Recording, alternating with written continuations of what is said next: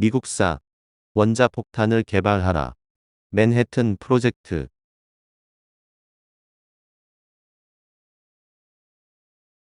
영화 오펜하이머로 우리에게 다시 한번 원자폭탄을 생각하게 만든 바 있는데, 제2차 세계대전 당시 미국은 나치 독일보다 먼저 원자폭탄을 만들기 위해 맨해튼 프로젝트를 실시했습니다.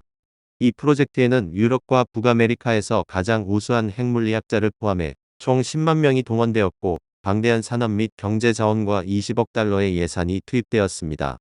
비밀리에 진행된 탓에 6년이란 긴 시간이 지나서야 마침내 인류 역사상 최초의 원자폭탄이 탄생했는데, 제2차 세계대전이 시작되었을 때 미국은 핵분열 연구에서 독일보다 크게 뒤처져 있었습니다.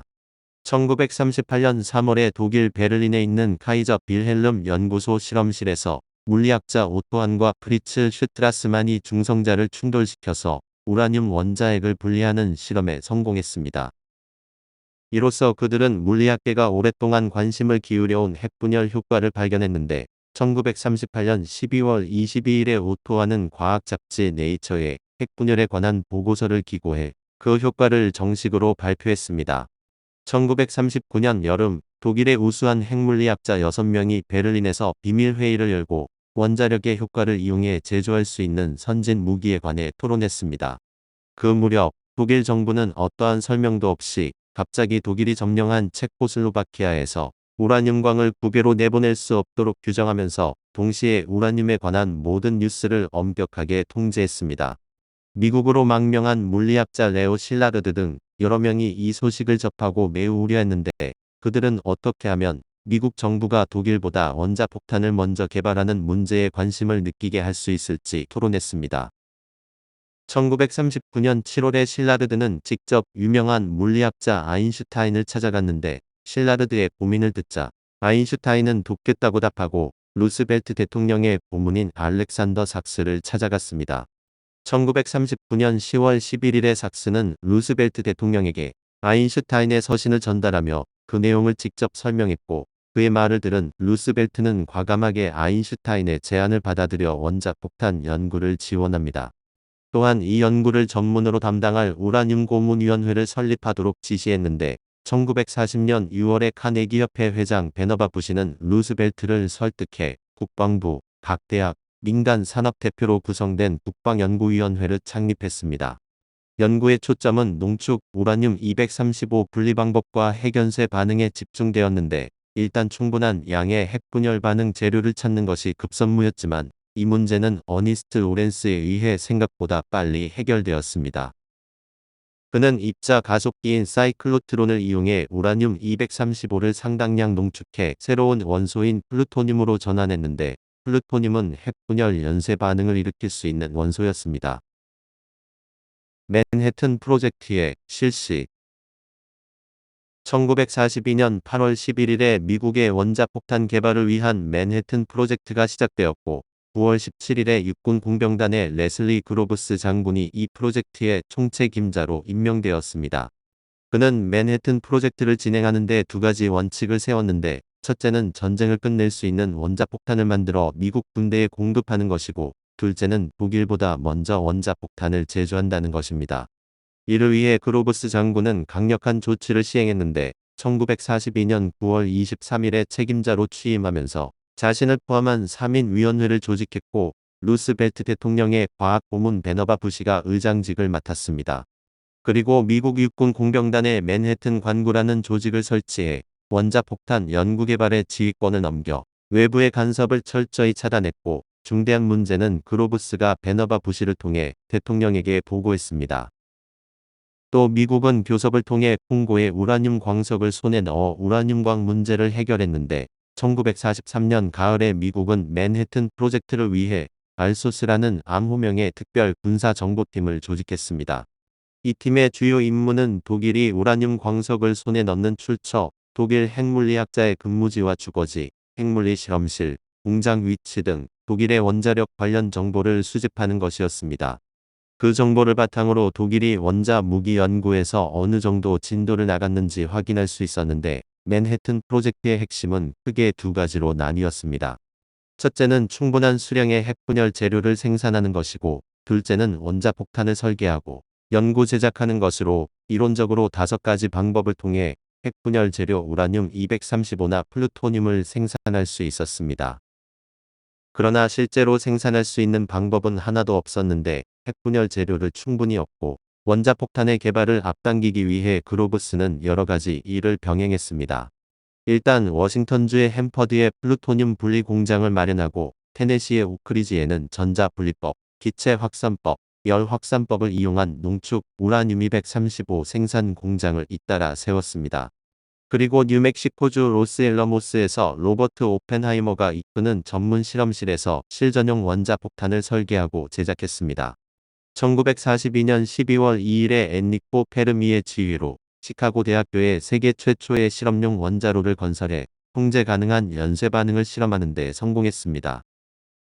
1944년 3월에 오크리지 공장에서 마침내 충분한 양의 농축 우라늄 235가 생산되었고 오펜하이머가 이끄는 원자폭탄 제작 업무는 1943년 봄에 로스앨러모스에 있는 실험실에서 시작되었습니다.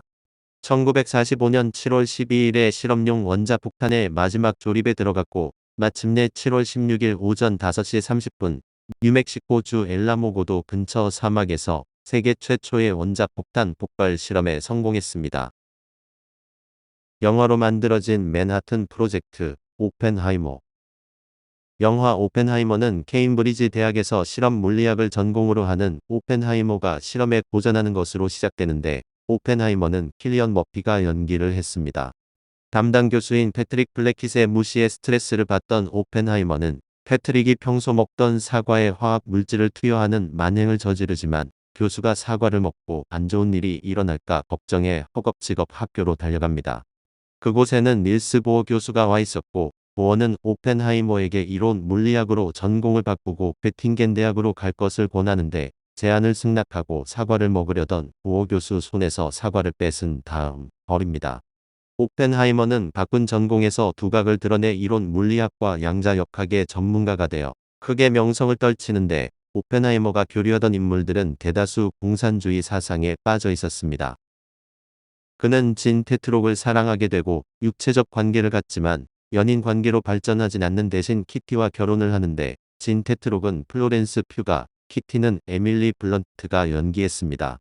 한편 독일에서는 핵분열 현상이 발견됐고 곧 제2차 세계대전이 일어나는데 강대국들은 핵무기 보유에 열을 올리게 되고 미국에서는 그로브스 대령을 핵무기를 개발하는 맨해튼 프로젝트의 책임자로 임명합니다.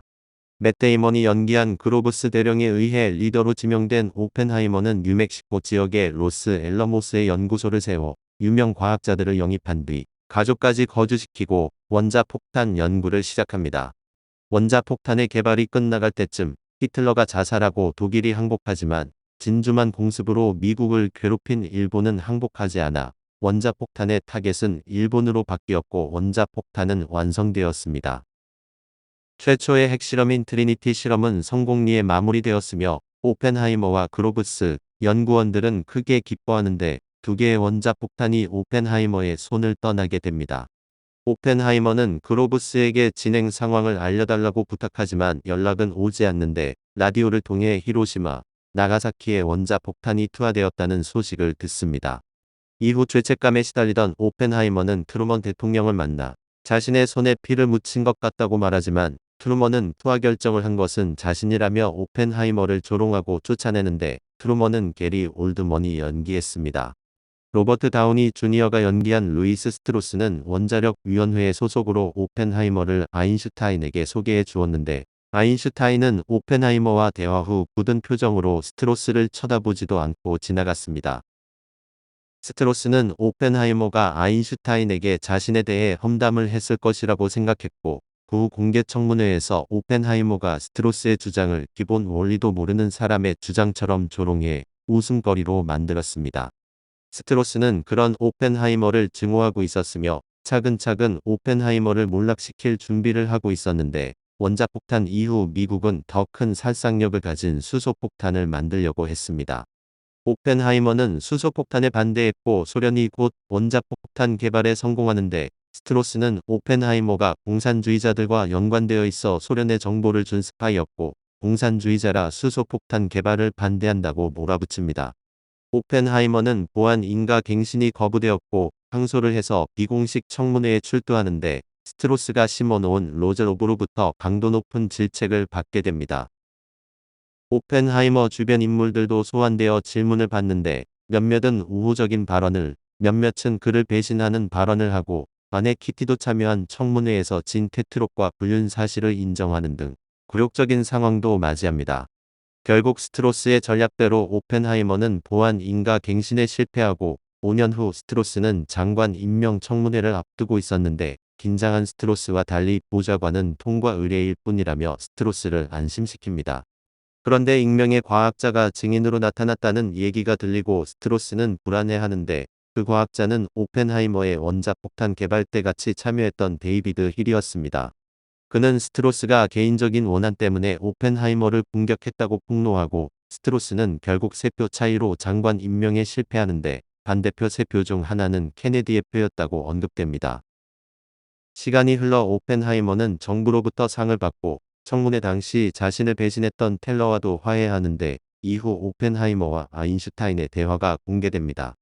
자신에 대해 험담했다는 스트로스의 오해와는 달리 오펜하이머는 자신이 세상을 멸망시킬 수 있는 연쇄 반응을 현실로 만든 것 같다는 이야기를 했고 이 때문에 아인슈타인의 얼굴 표정이 굳은 것이었습니다. 그리고 오펜하이머가 핵무기들이 지구를 뒤덮는 환상을 보며 영화는 끝이 납니다. 오늘 미국사는 원자폭탄을 개발하라 맨해튼 프로젝트였습니다.